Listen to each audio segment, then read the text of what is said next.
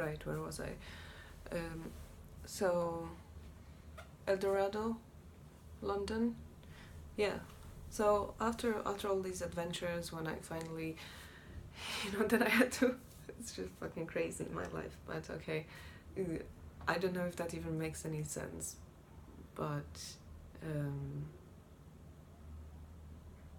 then from Paris, dancing, the goal has become London, acting. But still, before making that step, I had to survive my survival mode and my horrible relationships and bullshit like that. So it took a while until I got back to London. I finally actually, yeah, I went back to London, finally to move there years later, which was just now a couple of years ago, 2015. I came back. And then I started, okay, so what are we doing with acting? And it's not going to be a short story. So first thing I did, I signed up for agencies, but most of these agencies are extras agencies, so it's not like the real acting. It's, people say like, oh, that's gonna give you way in. Not really. That what it gives you is contact with other people who are also trying to act, so they can give you tips, which isn't a bad thing. Obviously, it's a great experience anyway. It's fun. It can be boring sometimes, but it's interesting to be on the set and to have set experience. It's valuable, but it's not really. It's really unlikely that that's gonna naturally lead you to acting roles. It's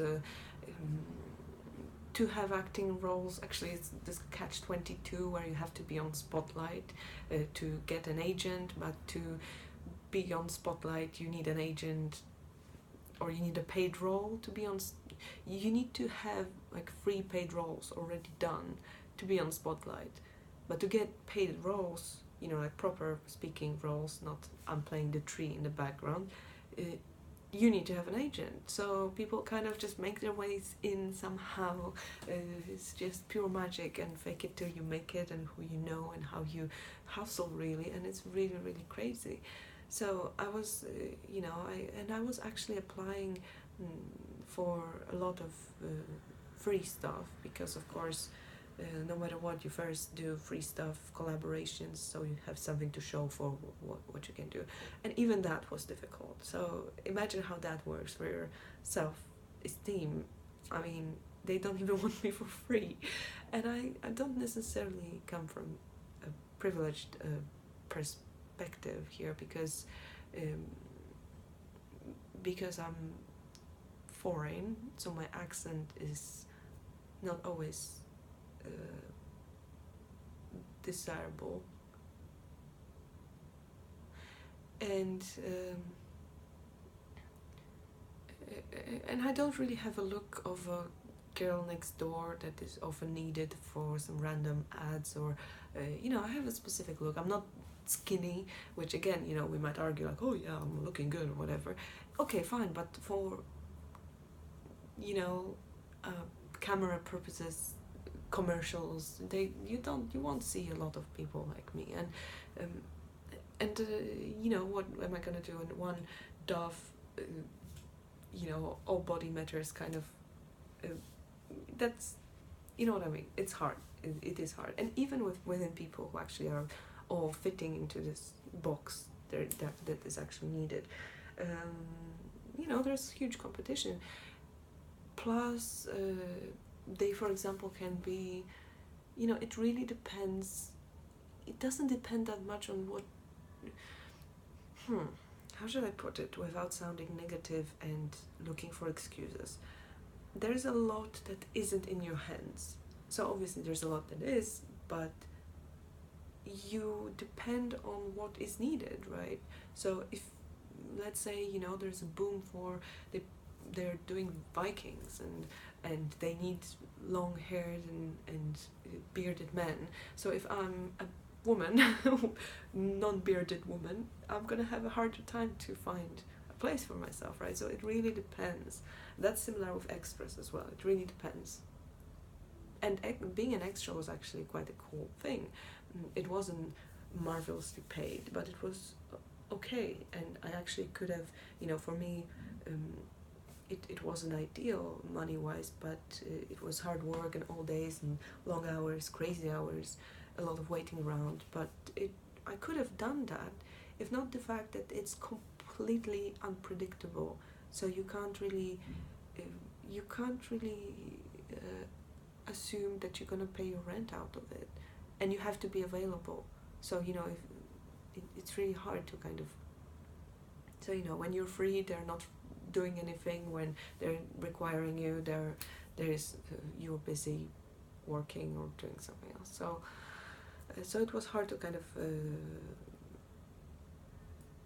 It was hard in London to stay in London to find money, and I was working different things, and I wanted to, maintain certain standard of how I want to live my life, and I didn't want to, live from week to week and starve the rest of the month and just kind of hustle all the time. It's really, really exhausting, and I just realized that. And there's another thing that another thing is to create your own stuff, right? You don't wait for anyone to have you on board. You create your own. So let's say I write a play or something, and I just take a couple of people together and make it happen. And again, I don't want to sound negative. These things are doable, but it's always the question of how much you are willing to sacrifice for what kind of effect. And for me, it was very hard. I think it's very hard to find people who are equally motivated about your project, especially if they're not going to get paid for it, right? So it is a lot of hustle. It takes a lot of interpersonal skills and a lot of, actually, I think, there's people who.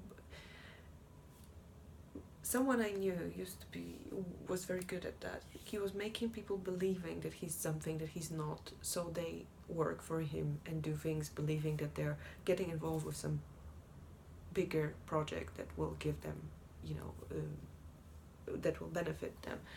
And somehow it is challenging, I think, all this networking and kind of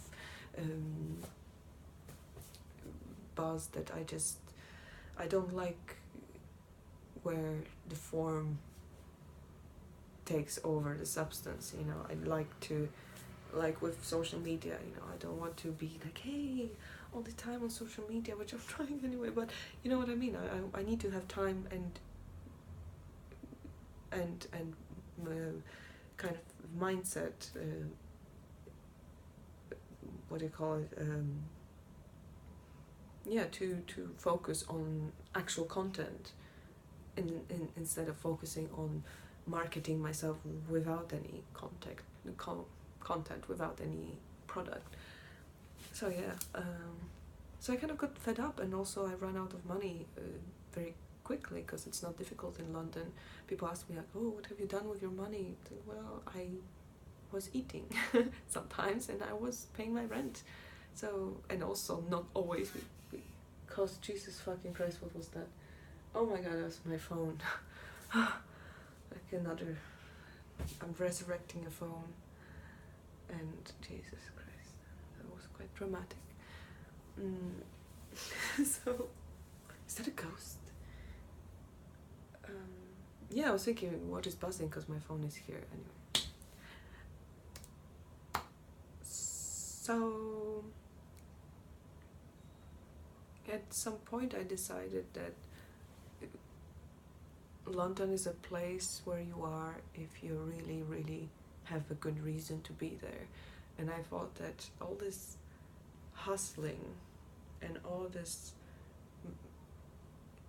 massive sacrifice that you have to make to be an actor, like a working actor, I started to doubt whether that's how I want to live my life. And there are people who are doing this, and they're just putting everything on that, and there's so many other things that I want to do and I want to have time for, which made me think that maybe it's not actually what I want in this form, in the form of a working actress.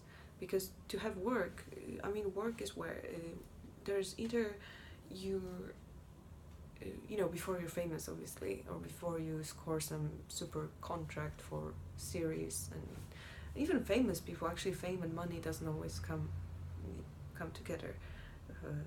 Fame, maybe not Hollywood fame, but UK Coronation Street fame. It doesn't necessarily come with you don't get your life sorted just like that.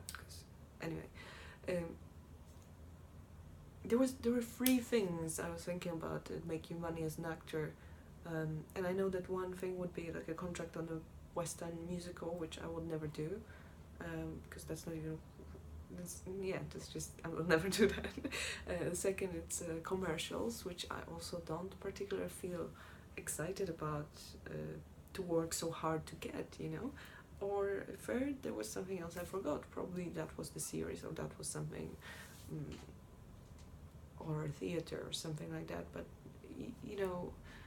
I just wasn't quite sure what my role in that is, because I do want certain specific roles, and I don't want to sound arrogant in a way like, oh, if I can't have the roles I want, this is not even worth it. But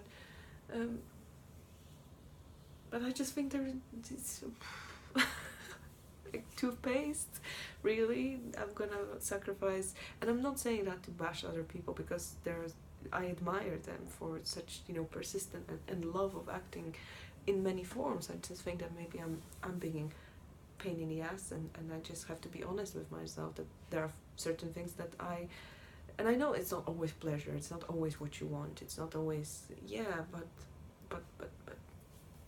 but I was just thinking whether there are other ways to do things. And again, I used to have this mindset that if I can't be the best, if I can't be known, if I can't be famous, if I can't be Hollywood star, then why do even bother? And now I don't think like that quite. I mean, I still would like to be admired. I still have a huge need for being a center of attention. I love that, but that's not what acting is about, really. Like being a center of attention, for example, can be achieved different ways if that's all I want, and another thing, I always thought that acting, I don't want to be a starving artist, I want to have a certain lifestyle, a certain amount of money that allows me to travel and to to just not be worried about money every day, and I don't think that acting can give me that, unless I'm famous, etc., then you're sorted. But in this world, on a realistic terms, where you can make it your to extent where you can actually have control over your career. And so that's also, that might have been, I thought, oh, doesn't make me a bad person, doesn't make me that I'm betraying this art or whatever. And I think I haven't done much of it, but it really does feel quite at home for me to take acting classes, for example, and acting has so many people. Acting isn't what people think it is, and it really has a lot to do with magic and how you, for example, you invoke something, you become it. You don't pretend you're it. Well, it's like walking on the edge, you become it. Oh yeah, easy then. But it takes work to kind of strip yourself of all these things all these things that you think you are, to be able to invite something for the purpose of the act of, and I guess that's what it was primarily, right?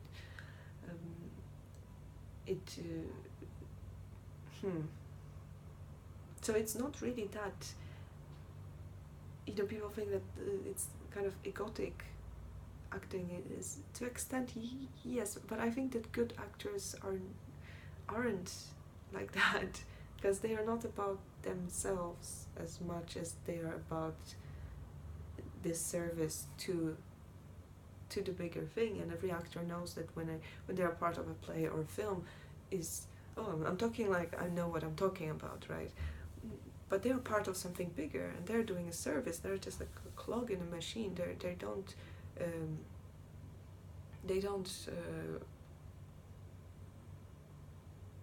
it's not about them. They don't exist without entire army of people who make it possible.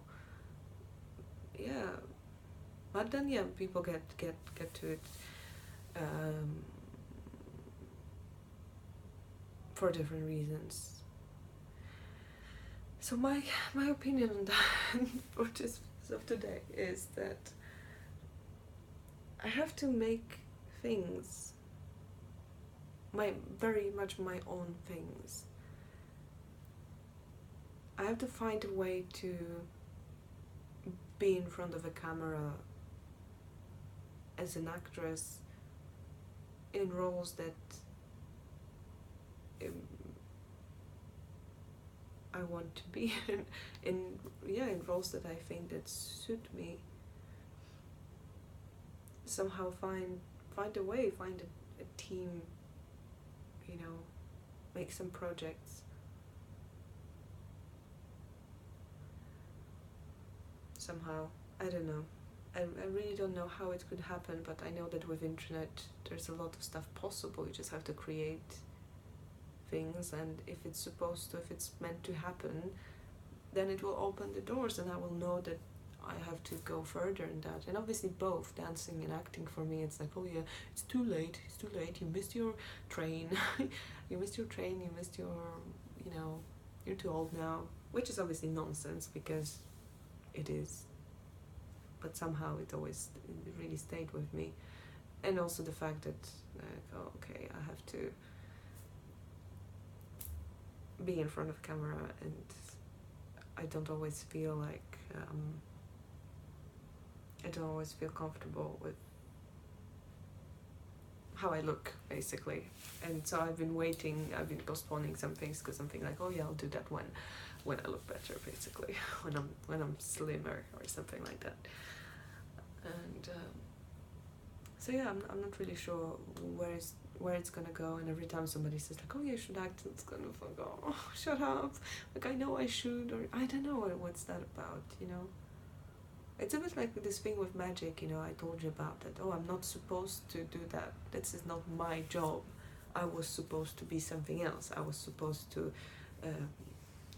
draw, for example, or I don't know, where does it come from? Like, why? I feel like it doesn't belong to me. Like I'm cheating, like I'm a fraud, that I'm stealing this from someone, that I'm, there are other people who deserve it more than me, for example. So who am I to even try? It's just fucked up thoughts like that.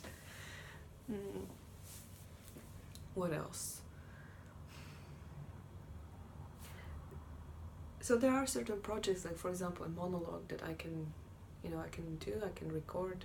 I could even risk it and apply actually for, I'm not really risking anything apart from making a fool of myself and closing this door for myself for the rest of my life. But apart from that, nothing really. I can apply for agencies. They hate it, they hate on kind of this unprofessional. Do they hate it? Yes, I think. Like if I just say like, hey guys, have a look at my tape.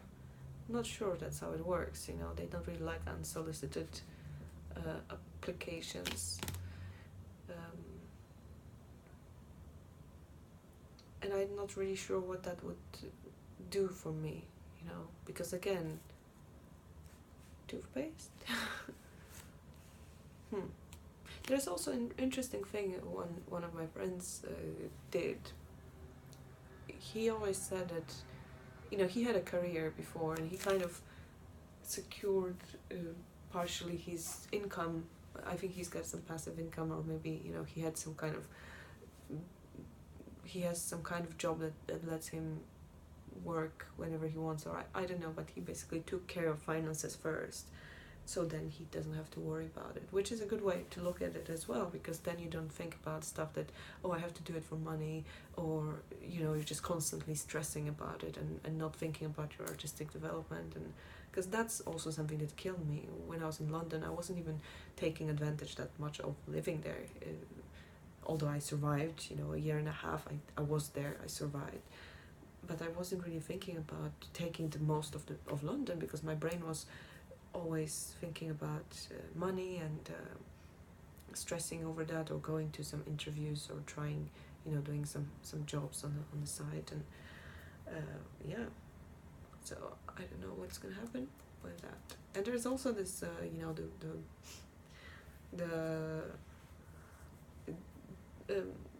the poem I sent you. That's someone I met in Paris, and an actor who thought that oh yeah, I have to be an actress. And so he saw something in me, and he pushed me a little bit to do that. But then again, I couldn't really mix my work, which is crazy, with money. I mean, you know, I was, it was very chaotic. I never knew when I was free. If I was taking classes, I couldn't work. I was missing on work, or I was missing on classes. Then I was thinking, what's the point anyway? I don't want to be a French actress. Then I was thinking, like, oh, maybe it's better, because then it's smaller pond, bigger fish in smaller pond, than going to London, where everybody's up to something and the competition is crazy. And right, so that wasn't a shorter video, and I'm not sure if that answers any of. It was just my acting ramble, because it's something that does keep turning in my head, but I don't know what to do with that. Somehow it will have to come out. So, right, at least I'm gonna upload this, I think, 3 times, and I'll talk to you later, yeah?